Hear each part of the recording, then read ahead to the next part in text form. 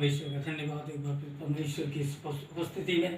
पिछले सरमन में हमने ये समझा कि हमें परमेश्वर के मन के अनुसार प्रार्थना करनी है, क्योंकि बाइबल बताती है, लेकिन हमें परमेश्वर के मन को भी जानना बहुत ज़रूरी है। और बाइबल में ये बताया गया है और परमेश्वर ने कहा है, हे यरूशलेम चेत जा, ऐसा ना हो कि मेरा मन तुझसे अलग हो जाए।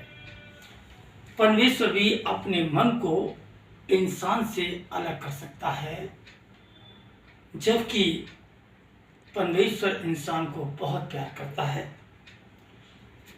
प्रार्थना उतनी ही ज़रूरी है इंसान के लिए जितना ज़रूरी हम जीने के लिए सांस लेते हैं।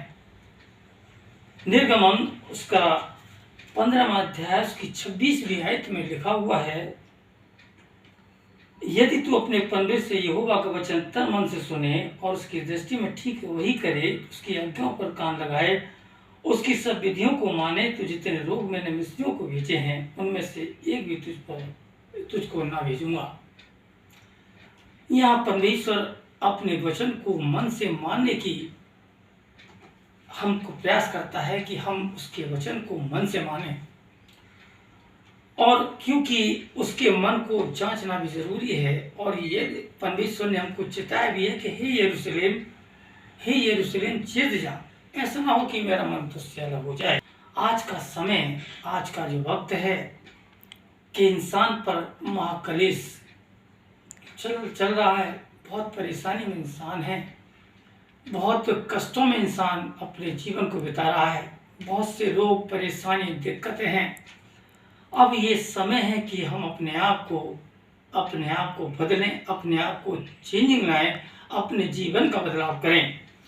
जो कुछ हमने कर दिया, क्योंकि बाइबल बताती है कि परमेश्वर किसी इंसान के पाप का लेखा नहीं लेता। अगर वो इंसान के पाप का लेखा ले तो कोई भी इंसान बच नहीं सकता।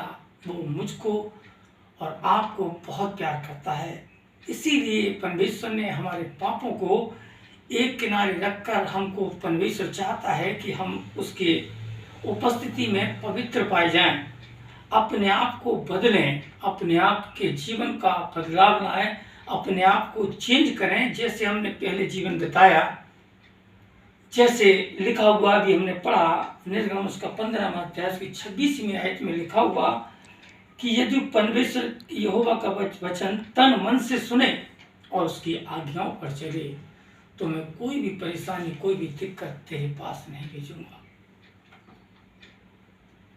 जरूरी है कि जो हमने अपने जीवन को बिताया, पुराना जीवन, अब नए सिरे से अपने जीवन को, क्योंकि ये परेशानी, ये दिक्कत हर एक इंसान के ऊपर है, चाहे कोई भी हो। फाइनेंशियल क्राइसिस है, मेडिकल की क्राइसिस है, या कैसे भी आदमी परेशान है, लेकिन परेशान है, फिर भी परमेश्वर ने मुझको और आपको एक ऑप्शन दिया है कि उसके वचन को हम गहराई से माने, ताकि जो परेशानी हम और आप झेल रहे हैं, उन परेशानी को परमेश्वर हमारे जीवन से हटाए। लूका की इंजील के 11वां अध्याय की 35वीं आयत में लिखा हुआ है कि चौकस रहो कि जो उजाला तुम में है अंधियारा ना हो जाए। अपने आप को, हमें अपने जीवन को, अपनी आदतों को, अपने कैरेक्टर को कंट्रोल करना बहुत ज़रूरी है कि जो आज तक हम परमेश्वर की उपस्थिति में चलते आए, उसके उजाले में चलते आए, ऐसा ना हो कि हम अंधकार में चलते रहें। बहुत ज़रूरी है, क्योंकि परमेश्वर मुझको और आपको समय देता है। परमेश्वर समय देता है इस बात का कि परमेश्वर नहीं चाहता कि कोई भी इंसान नाश हो। दूसरा तेरा पत्रस उसका 3रा अध्याय की 9वीं आयत में लिखा हुआ है, वह अपनी प्रतिज्ञा में देर नहीं करता।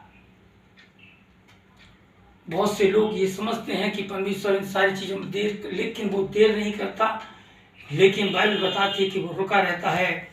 और रुकता इसलिए है कि ताकि हर एक इंसान मन फिराए, उन गलत कामों से बचे, उन गलत कामों से अपने आप को दूर रखे, ताकि जब हम परमेश्वर की उपस्थिति में हों, उसके वचन को सुने, अपने पूरे मन से सुने, अपने पूरे होश और हवास में सुने और उस पर चलें। याकूब इस बात को लिखता है कि वचन के सुनने वाले नहीं, बल्कि उस पर चलने वाले, सुनने वाला अपने आप को हमेशा धोखा देता है।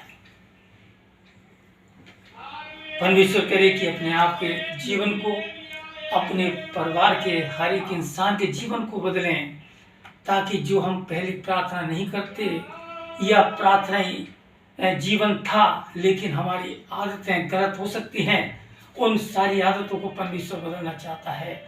अपने जीवन को परमेश्वर, हमारे जीवन को परमेश्वर बदलना चाहता है, ताकि हम उसकी बुलाहट में पवित्र पाए जाएं, क्योंकि वो पवित्र परमेश्वर है। वो डिमांड रखता है, उसका भी मन है, उसका भी एक ख्वाब है, उसका भी एक प्यार है कि परमेश्वर हमें और आपको ऐसा देखना चाहता है कि हम जब परमेश्वर हमको पुकारे तो हम परमेश्वर की उपस्थिति में पाक और साफ बने रहें। जैसे वो पवित्र है, परमेश्वर चाहता है कि हम भी अपने जीवन को बाइबल रूपी ज्ञान में बढ़ते जाएं, उसकी पवित्रता में बढ़ते जाएं और परमेश्वर की उपस्थिति में आगे बढ़ते जाएं। और हम जैसे परमेश्वर पवित्र है, हम और आप भी पवित्र ठहरें। परमेश्वर हम सबको बहुत बहुत आशीष दे। आमीन।